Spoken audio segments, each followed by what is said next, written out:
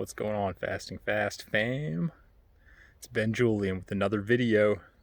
Today, we're going over my top 4 things to consume while fasting.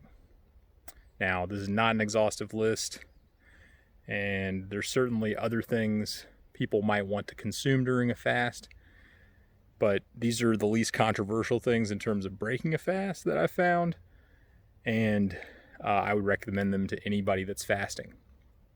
So, before I get started, just make sure you click the subscribe button down below. Turn on notifications so that you know anytime that I have a new video. Once I have enough subscribers, I'll be doing some live streams. So please subscribe and get notified. And check out my website at fastingfast.com. We'll have new blog posts going up all the time and connecting these videos to them. So check it out. Keep up with what I'm doing. So we're out here at the beautiful, river in North Carolina. Just another day. I'm fasted myself, so I've already had all of these things I'm about to go over today. So the first thing that you should be consuming when you fast, you probably consume it already every single day, and that's coffee. Now, whether you're caffeinated or decaffeinated doesn't really matter for boosting your fasting benefits.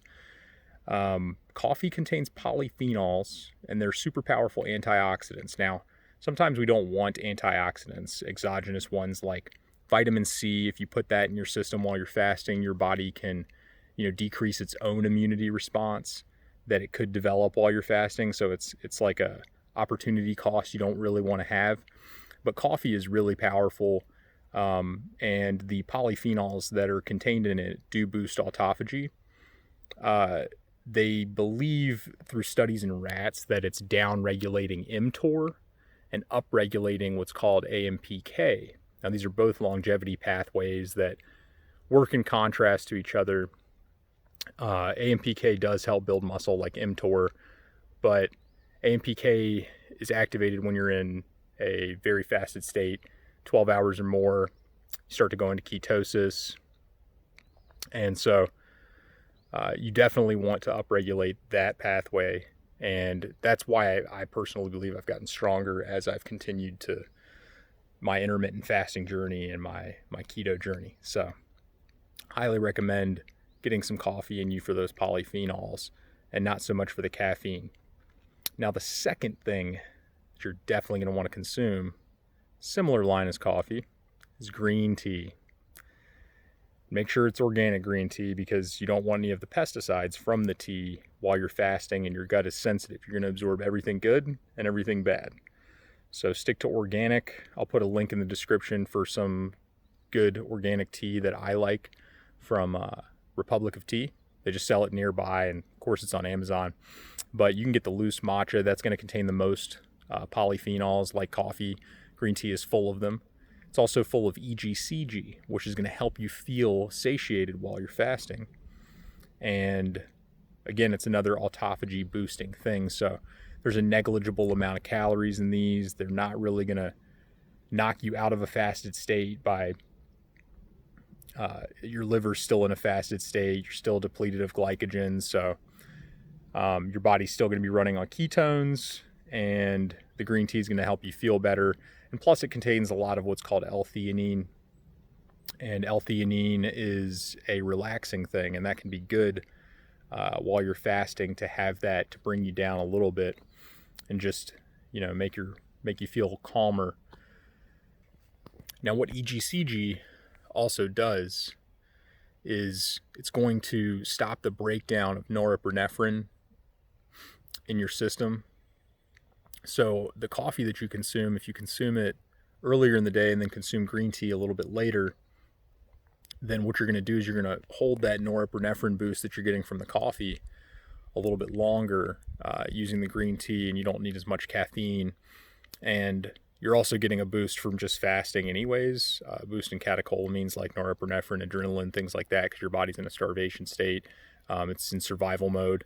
So green tea helps carry that over, and you're just going to feel really energized from it. So the third thing that you should definitely be consuming during a fast is going to be some good high quality salt. And I'm not talking table salt from Morton's. The stuff's no good. It's bleached. got fake iodine. It's not any good. What you want is something like Redmond's Real Salt or Himalayan Pink Salt. I use Redmond's Real Salt. I'll put a link for them in the description as well. But I salt my water even on days where I don't fast. But it's really important when you're fasting to get these trace minerals in that are in the salt and get that sodium in, because your body is going to be pushing it out as you're fasting. You know, if you're doing keto, you're pushing all of your minerals out, and you need to replenish them. And water's not good enough. And I'm sure you've heard that before. So,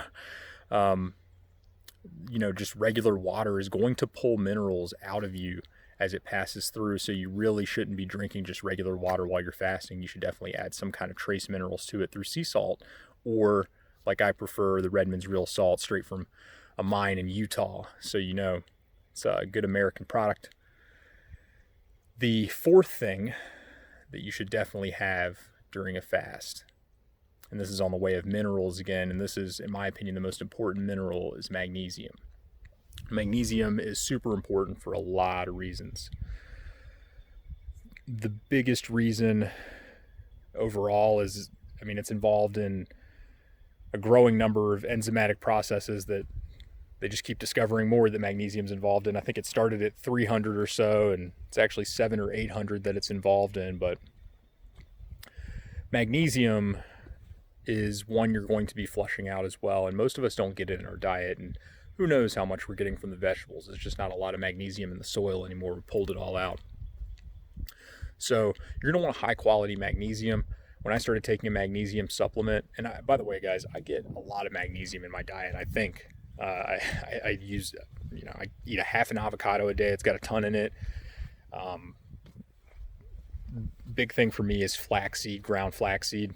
I make a dessert with ground flaxseed that I'll post one of these next videos upcoming, and it's my special recipe, and I eat it pretty much every day, and it's pretty amazing and full of omega-3s. But to stay on topic, magnesium is going to help your body get all of the other minerals that you're taking in. So magnesium in the cell, it's like a gatekeeper, and it's letting in things like potassium, if you need it, things like sodium, calcium, and it blocks out too much calcium. So that's good, because we all probably have too much calcium floating in our bloodstream. And also magnesium helps even increase vitamin D levels. So it's probably the first thing you should try if you have low vitamin D. But for me, I just feel better on magnesium. Definitely had a lot more aches and pains before I started taking a supplement. The reason I say you don't want any supplement, you want a high quality one, is because I started out on magnesium oxide, and then I moved to magnesium glycinate, and both of them, maybe it was just the companies that I was buying, I had weird effects to them, and also my body was probably trying to get used to that much magnesium, and it maybe had trouble getting used to it, is what I figure. Because when I switched to dimagnesium malate from Jigsaw Health, I saw a huge difference. I'm using their Mag SRT without B vitamins, and I'll put a link for that as well. It's my favorite. I take an increasing dosage of it, actually. I take 3 of these 150 milligram pills per day, but I spread them out throughout the day, and I recommend you do the same, because of your body can only absorb so much at once, and I find that I have less any kind of negative effects, such as things like loose bowels. Magnesium can cause that, especially things like magnesium citrate and magnesium oxide. But dimagnesium malate is proven not only to be more absorbable than those forms, and Jigsaw has done independent research and clinical testing on magnesium. They lead the way in magnesium research. So I definitely recommend checking them out. You're going to have higher magnesium levels from taking their product than say other products, and high magnesium levels are directly linked to longevity. People that die earlier typically have lower magnesium, and if you've never, so it's really hard to check for magnesium deficiencies. So if you're sitting here listening to me and you're like, man, I don't have magnesium deficiency, well, those blood tests you get at the doctor aren't good enough. They're not checking how much magnesium's in the cell, checking how much magnesium's in your blood, and your body is going to steal magnesium from your bones if it doesn't have enough. And that's why many people end up with osteoporosis. And unfortunately, I wasn't able to give my mom this kind of advice before she ended up with it. But I think taking magnesium, hopefully I won't end up with the same thing. And, I'm hoping she takes some magnesium that she can reverse her deficiency. And the doctor told her to take calcium. And, you might need calcium with your magnesium because, again, you're flushing out all these minerals. But calcium is dangerous to take in high amounts, can lead to a lot of heart problems.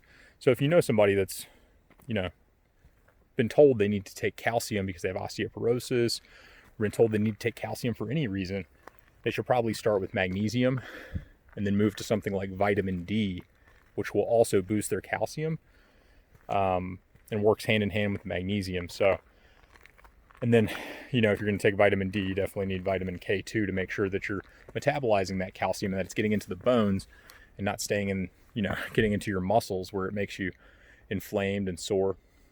So, get your magnesium in. There's lots of important reasons. You could have days of videos just dedicated to magnesium. And we won't spend too much time on it here, but I appreciate you for tuning in. Make sure, again, to subscribe. And if you got value out of this, like the video, post a comment. Let me know what you guys want to see in future videos, if this helped you or if this taught you something new. That's why I'm here to kill some misinformation. There's lots of misinformation out there that we're fed from every direction about what we need and don't need, and people thinking you shouldn't be fasting or that you can't consume anything while you fast. It's not true. So these were the 4 things that you should be consuming while you fast. Go over it again. Coffee is number 1. 2, green tea. 3, high quality sodium from something like Redmond's Real Salt. And then number 4, magnesium. And we'll see you guys on the next video.